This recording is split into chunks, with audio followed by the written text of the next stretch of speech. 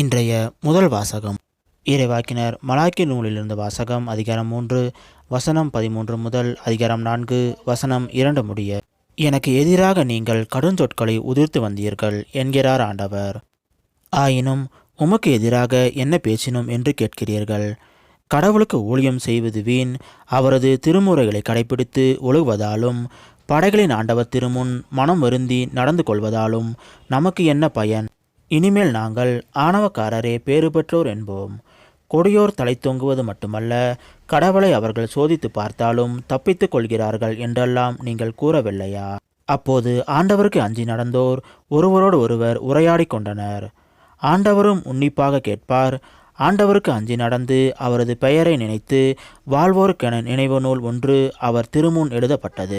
நான் செயலாற்றும் அந்நாட்களில் அவர்கள் எனது தனிப்பெரும் சொத்தாக இருப்பார்கள் என்கிறார் படைகளின் ஆண்டவர். ஒரு தந்தை தமக்கு பணிவிடை செய்யும் மகன் மீது கருணை காட்டுவது போல் நான் அவர்கள் மீது கருணை காட்டுவேன்.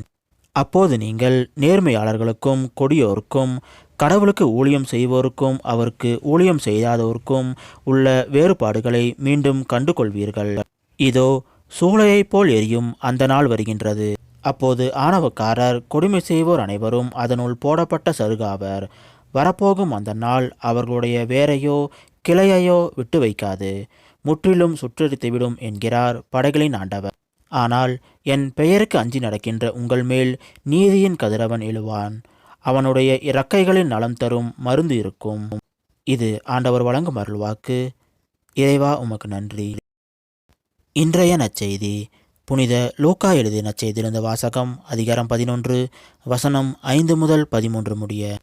அக்காலத்தில் இயேசு சீடர்களை நோக்கி கூறியது: உங்களுள் ஒருவர் தம் நண்பரிடம் நள்ளிரவில் சென்று, நண்பா, 3 அப்பங்களை எனக்கு கடனாக கொடு.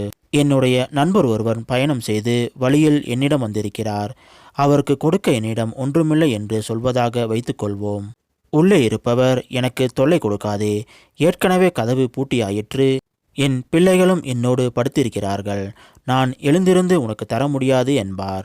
எனினும் அவர் விடாப்பிடியாய் கதவை தட்டிக்கொண்டே இருந்ததால் அவர் தம் நண்பர் என்பதற்காக எழுந்து கொடுக்காவிட்டாலும் அவரது தொல்லையின் பொருட்டாவது எழுந்து அவருக்கு தேவையானதை கொடுப்பார் என நான் உங்களுக்கு சொல்கிறேன். மேலும் நான் உங்களுக்கு சொல்கிறேன், கேளுங்கள், உங்களுக்கு கொடுக்கப்படும், தேடுங்கள், நீங்கள் கண்டடைவீர்கள், தட்டுங்கள், உங்களுக்கு திறக்கப்படும். ஏனெனில் கேட்போர் எல்லாரும் பெற்றுக்கொள்கின்றனர், தேடுவோர் கண்டடைகின்றனர், தட்டுவோருக்கு திறக்கப்படும். பிள்ளை மீனை கேட்டால் உங்களுள் எந்த தந்தையாவது மீனுக்கு பதிலாக பாம்பை கொடுப்பாரா? முட்டையை கேட்டால் அவர் தேளை கொடுப்பாரா? தீயோர்களாகி நீங்களே உங்கள் பிள்ளைகளுக்கு நற்கொடைகள் அளிக்க அறிந்திருக்கிறீர்கள். அப்படியானால் விண்ணக தந்தை தம்மிடம் கேட்போருக்கு தூய ஆவியை கொடுப்பது எத்துணை உறுதி. இது கிறிஸ்து வழங்கும் நற்செய்தி.